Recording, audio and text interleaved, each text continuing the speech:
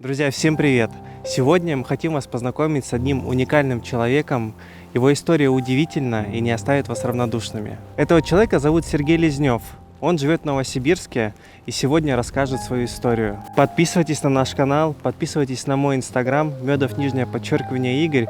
И, пожалуйста, после просмотра поделитесь этим видео со своими друзьями и знакомыми. Прямо сейчас мы начинаем. Друзья, ну что, мы приехали.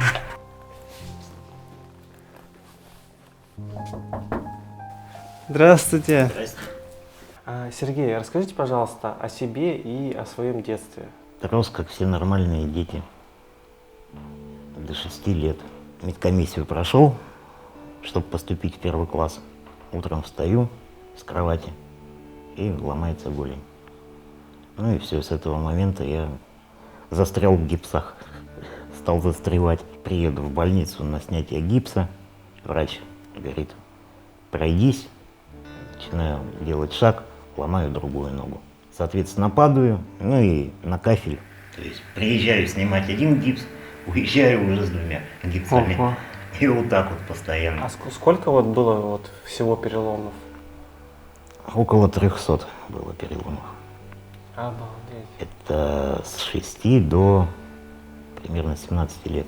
Голень, руки, редко бедра, бывало ребра ломал. А руки вот какими действиями? То есть что вы делали там? Бывало такое, говорю, что носок одеваешь неаккуратно.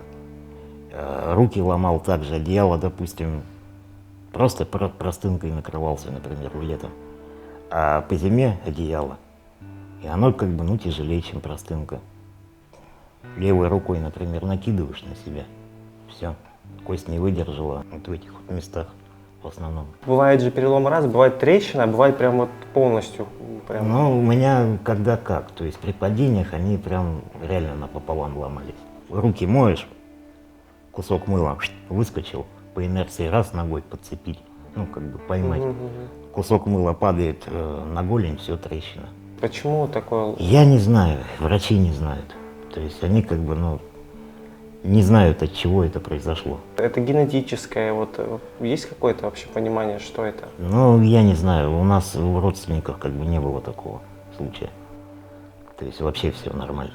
Соответственно, вот у вас, вы говорите, там одеяло потянули, сломало, там мыло упало. То есть вы постоянно в больницу обращались, вам накладывали, грубо говоря? Зачастую как бы я не обращался. Несколько лет подряд, когда я ломался. В детстве поначалу? В детстве, да, меня гипсовали. Я это как-то запоминал, как это все делается.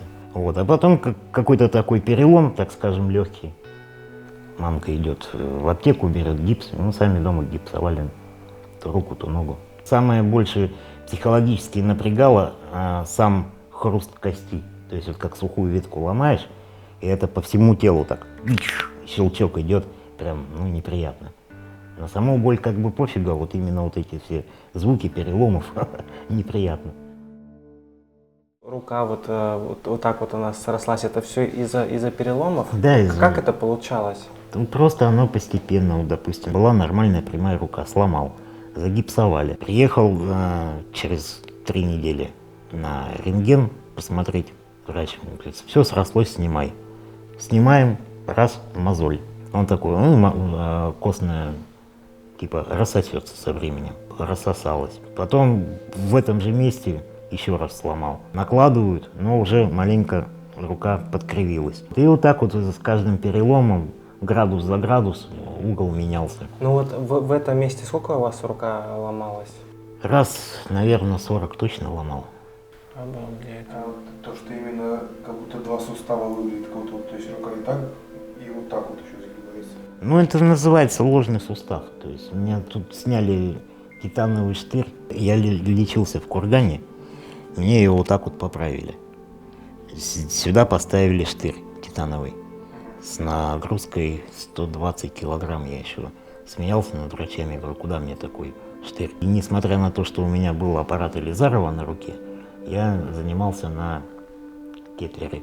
Локоть, в каком месте он у вас находится? Вот локоть, где у меня татуировка проходит. А вот это что? А это я говорю, мне тут испортили. Допустим, ее напряг, и она гнется. То есть мне надо, допустим, молотком поработать, там гвоздь забить, например. А она вот болтается все. Надо, допустим, чайник оттолкнуть, она вот гнется. Тут локоть работает, все нормально. То есть я и чайник могу поднять, и он в сторону, я его не уроню.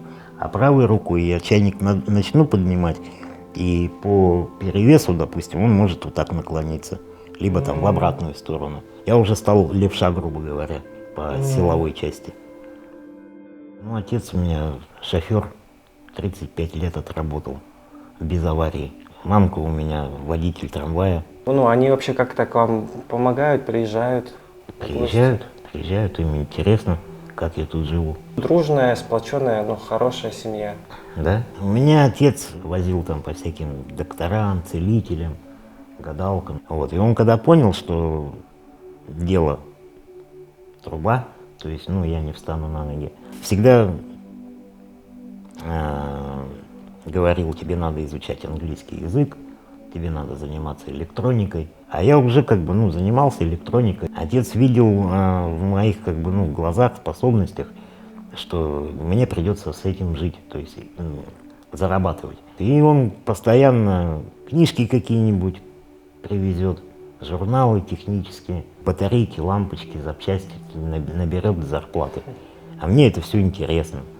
То есть меня конфетами не корми, мне вот это дай разобрать. Вот сейчас друг принес музыкальный инструмент Акай профессиональный, на котором делают дабстеп. Первый раз буду ремонтировать. При первой же возможности стараюсь проводить на свежем воздухе, потому что работаю в закрытом помещении, вытяжки как бы нету, чтобы сильно не откладывалось на здоровье. Когда работу закончу, сразу на улицу выхожу. С друзьями ходите, вы куда-то там собираетесь? Ходим, да. Ну, не так часто. Бывает, что у меня по времени не получается. Бывает такое, что нету доступной среды. То есть, ну, а рисковать здоровьем я не готов, потому что у меня как бы ипотека, надо зарабатывать. А если я там где-то что-то сломаю, я работать не смогу, соответственно, как платить. В основном как бы зовут на квартирники, где собираются музыканты. Кто-то стихи читает, кто-то под гитару свои песни. Ну, довольно-таки интересные мероприятия. Есть какие-то места вот в Новосибирске, куда вы хотели бы еще сходить, что-то, может, какие-то мероприятия, какие-то места, что-то, что интересно вам? Да я даже не знаю, у меня как-то фантазия на это не работает. На месте сидеть как бы не очень хочется. Да элементарно даже по набережной, по Абгэсу, допустим, прогуляться. Вообще хорошо. Мне как-то люди задают вопрос, какие ты таблетки пьешь? Я говорю, для чего их пить? В 14 лет мне сказали, что тебе ничего не поможет. Я бросил кальций пить, вот эти витаминки всякие. Зачем оно надо, если оно не помогает? Расскажите нам про вашу лабораторию домашнюю. Это слишком, наверное, громко сказано, что это лаборатория. Частотометр, термовоздушная паяльная станция, блок питания обычный, аналоговый, индукционный паяльник, мультиметр. Ну и тут расходные материалы. Микроскоп 67-го года, старенький. 67-го? Да. Ого. Какую технику на ремонт приносят? Вообще всякую разную приносит. Начиная от утюгов, допустим, заканчивая вот таким вот профессиональным ресивером. Соответственно, микроволновки-то вот такое тоже можете? Как бы не стараюсь это брать на поток, потому что микроволновки там, они габаритные. У меня рабочее пространство маленькое. Ну что, и причем сложно поднимать это все. Да, но я вес-то могу поднимать, а габаритную технику нет. Вам принесли вот этот телефон Samsung отремонтировать. Там какая неисправность? Не включается и не заряжается. Половина промерил, я подозреваю, что уже надо менять контроллер питания. Если, допустим, вот кто-то из наших зрителей, кто живет в Новосибирске, они как-то могут вам принести на ремонт технику свою? Могут. Любую, не крупногабаритную. Да? Друзья, номер телефона Сергея мы оставим в описании. Если есть что отремонтировать, все что угодно, обращайтесь к Сергею, он с радостью вам поможет. Когда последний раз у вас был перелом? Я упал в подъезде на лестницу, сломал в 2 местах предплечья. Руку поднимаю, она так болтается. Но пришлось скорую вызывать, потому что я на лестнице там расстелился, лицо еще разбил с носом. Это был 2007 год. Почему вот в детстве вот и в подростковом возрасте много было, а сейчас практически нету? Я в институте Елизарова лежал. Там был такой врач грамотный. Как он сказал, любовь спасет мир. Когда достиг полового созревания, в организме там что-то поменялось. Что-то в организме не хватало, а в связи с половым созреванием этого стало хватать. Ну, как он объясняет. Получается, в 17-18 лет я начал делать нагрузки, ну, такие осмысленные нагрузки. Там турник, жим лежа, например. И я понимаю, что как бы у меня просто сил нету. Ну, потому что я постоянно был в гипсах. А так как у меня брат ходил на тайский бокс, он мне дал перчатки примерить, боксерские. Я их одел поначалу, но так тяжело было. А потом он купил грушу, и мы начали с ним заниматься. Гантели, что-то у вас есть для тренировок? Я их пока не перевез, то есть у меня груша боксерская осталась. Трансформатор и моя работа это вся. Кистью укрепляет, да? Спортивный снаряд.